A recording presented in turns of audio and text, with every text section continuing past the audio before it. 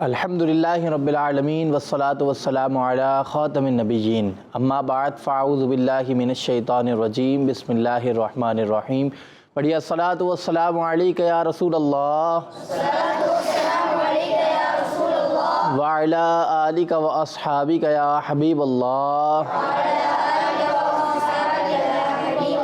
الصلاة والسلام علیک یا نبی اللہ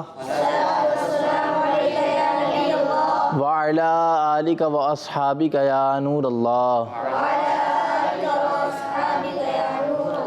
پیارے بچوں اور کڈز مدنی چینل کے ناظرین، ایک مرتبہ پھر ہم آپ کو اپنے بہت ہی پیارے پروگرام میں خوش آمدید کہتے ہیں، جس کا نام کیا ہے؟ لائف آف محمد صلی اللہ علیہ وسلم۔ پیارے بچوں اور کڈز مدنی چینل کے ناظرین، اس پروگرام میں ہم نبی پاک صلی اللہ علیہ وسلم کی لائف کے بارے میں بہت ساری معلومات حاصل کرتے ہیں۔ جو ہمیں کڈز مدنی چینل پہ دیکھ رہے ہیں وہ ہمارے ساتھ آخر تک شامل رہیں۔ انشاءاللہ الکریم نبی اکرم صلی اللہ علیہ وسلم کی لائف کے بارے میں آپ کو بہت ساری معلومات حاصل ہوگی۔ سب سے پہلے ہم درود پاک کی فضیلت شامل کرتے ہیں۔ اللہ پاک کے آخری نبی محمد عربی صلی اللہ علیہ وسلم پر درود پاک پڑھنے کے بے شمار فضائل ہیں۔ تو پیارے بچوں اور کڈز مدنی چینل کے ناظرین، جب بھی آپ کو کوئی درود پاک کی فضیلت سننے کو ملے تو آپ کوشش کریں کہ اس کو اپنی روٹین میں شامل کر لیں۔ اس کی برکت کیا ہوگی کہ آپ انشاءاللہ عمل کریں گے، جتنا زیادہ درود پاک پڑھیں گے انشاءاللہ اتنا زیادہ آپ کو ثواب بھی ملے گا اور اتنے کام بھی آپ کے جو بگڑے کام ہیں وہ بن جائیں گے۔ تو آج کی جو فضیلت ہے وہ فرمان مصطفیٰ صلی اللہ علیہ وسلم ہے کہ جو شخص مجھ پر جمعے کے دن 80 مرتبہ درود پاک پڑھتا ہے، اللہ پاک اس کے 80 سال کے گناہ معاف فرما دیتا ہے۔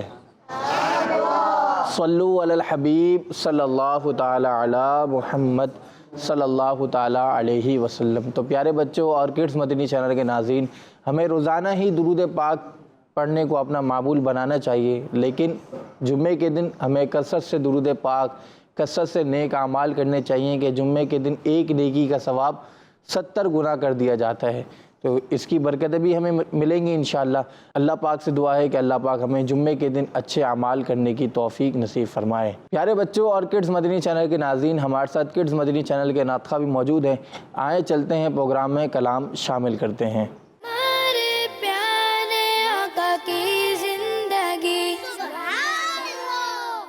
پیارے بچوں اور کڈز مدنی چینل کے ناظرین، ہمارے ساتھ کڈز مدنی چینل کے ناطقہ موجود ہیں۔ چلتے ہیں ان کی جانب۔ السلام علیکم ورحمۃ اللہ وبرکاتہ۔ وعلیکم السلام ورحمۃ اللہ وبرکاتہ۔ کیسے ہیں آپ؟ خیریت سے؟ الحمدللہ۔ کون سا کلام سنا رہے ہیں؟ پہنچوں در سرکار پہ چاہت ہوئی ہے۔ سبحان اللہ۔ صلی اللہ علیہ یا رسول اللہ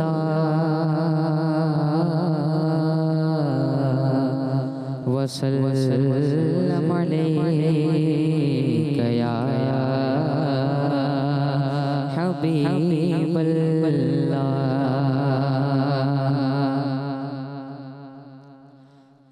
پہنچوں در سرکار پہ چاہت تو یہ ہے،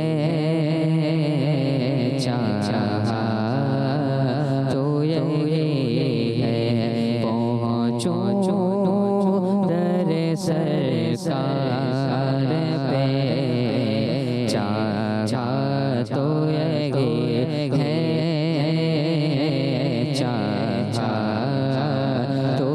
تو یہ ہے، آگے